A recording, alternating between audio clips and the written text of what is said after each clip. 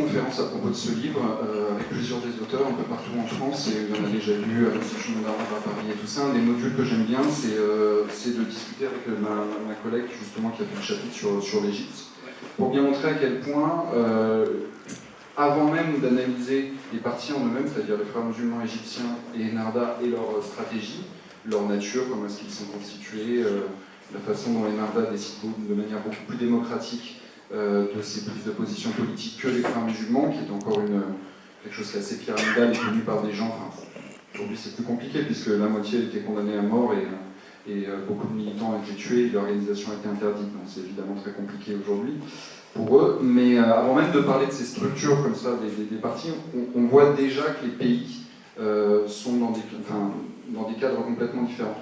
Un seul exemple, en Égypte, l'armée possède 35% du PIB. C'est-à-dire que l'armée est la première puissance économique du pays, et les généraux qui sont au pouvoir sont des gens qui ont entre 50 et 70 ans, qui ont été formés dans l'ancienne Égypte, c'est-à-dire l'Égypte qui avait des liens avec l'Union soviétique. Et donc l'idée en fait de la plupart des entreprises qui sont aujourd'hui gérées par les militaires, ils la gèrent à l'ancienne, c'est-à-dire avec une tête d'épingle comme ça qui décide un peu de tout, une absence totale de transparence. C'est extrêmement complexe. Il n'y a pas du tout ça en Tunisie. En Tunisie, l'armée est relativement neutre. Elle a assez peu de pouvoir. Elle n'est pas très très bien équipée, ce qui est d'ailleurs une source d'inquiétude vu la situation en Libye qui est aujourd'hui assez chaotique. Et donc les contraintes ne sont pas du tout les mêmes.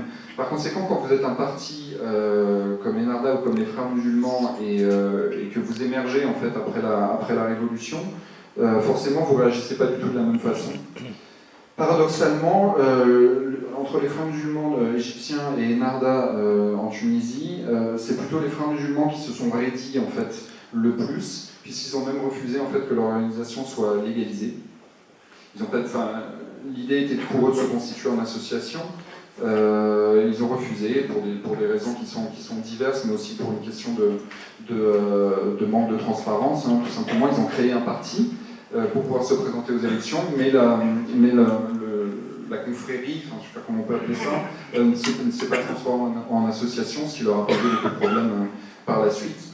En Tunisie, au contraire, ça a été Enarda était le seul parti constitué qui était vraiment fort en fait au moment de la Révolution. Donc la question n'était pas de savoir comment est-ce qu'ils allaient, s'ils allaient gagner les élections ou pas, mais comment est-ce qu'ils allaient gagner, par quelle marge. Ils ont fait une campagne assez impressionnante. Ils étaient vraiment, je me souviens, en octobre 2011, j'avais vu pas mal de... Je tournais un peu en voiture dans le Grand Tunis comme ça. Il y avait un représentant d'Enarda dans chaque bureau de vote. Pas centre, bureau de vote. C'était le seul parti qui avait comme ça une structure aussi forte.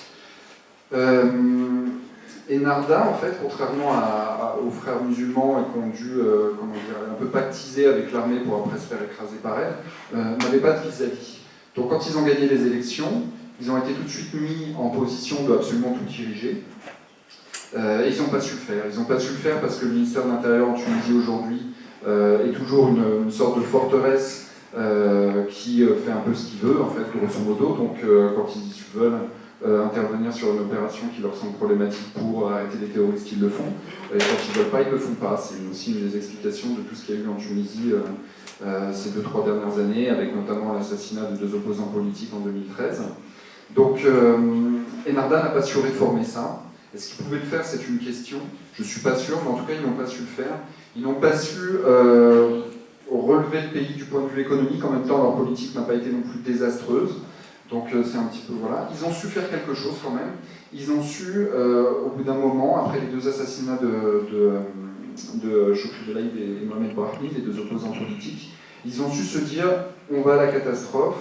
Non seulement on n'a pas réussi à gérer le pays, et en plus on est dans une position où tout le monde nous critique parce que ça fait déjà 1 an et demi qu'on doit rendre la Constitution et on n'y arrive pas.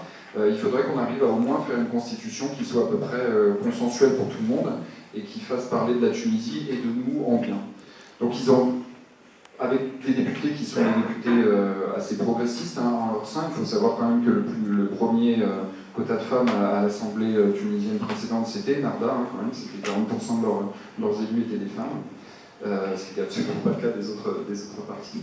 Donc ils se sont un peu appuyés sur ces forces vives un peu de leur parti pour créer une constitution qui est finalement assez chouette. Hein. Bon, on a beaucoup parlé dans les médias, la parité, il y a beaucoup de choses assez intéressantes, une partie proportionnelle, un régime finalement bien équilibré entre présidentiel et parlementaire. Donc ça c'était intéressant. Et de même, après une grande pression évidemment de la population tunisienne qui avait beaucoup manifesté, etc. Mais quand même, de même, au lendemain du vote de la Constitution, ils ont choisi de quitter le pouvoir. Ils ont dit voilà, nous quittons le pouvoir, nous remettons le pouvoir à un gouvernement de technocrates, et nous espérons que les élections prochaines seront organisées dans un temps assez court. Voilà, c'est ce qu'ils ont fait. Je pense que là, il y a deux idées hein, pour vous montrer comment est-ce que la Tunisie a marché, pourquoi est-ce que la Tunisie ça a marché et en Égypte non. L'importance de l'armée en Égypte, élément clé absolument, l'armée qui vous pouvez voir l'armée qui a fait des carnages dans les manifestations dès le lendemain de la Révolution, donc on voit bien un petit peu le caractère assez nocif de l'armée égyptienne. Et de l'autre, un parti Ennahda qui, même s'il a été incapable de gérer effectivement le pouvoir, il y a beaucoup de progrès à faire dans la gestion des affaires du pays, a été quand même capable de quitter le pouvoir justement et de cette manière de participer à la construction de la démocratie en Tunisie.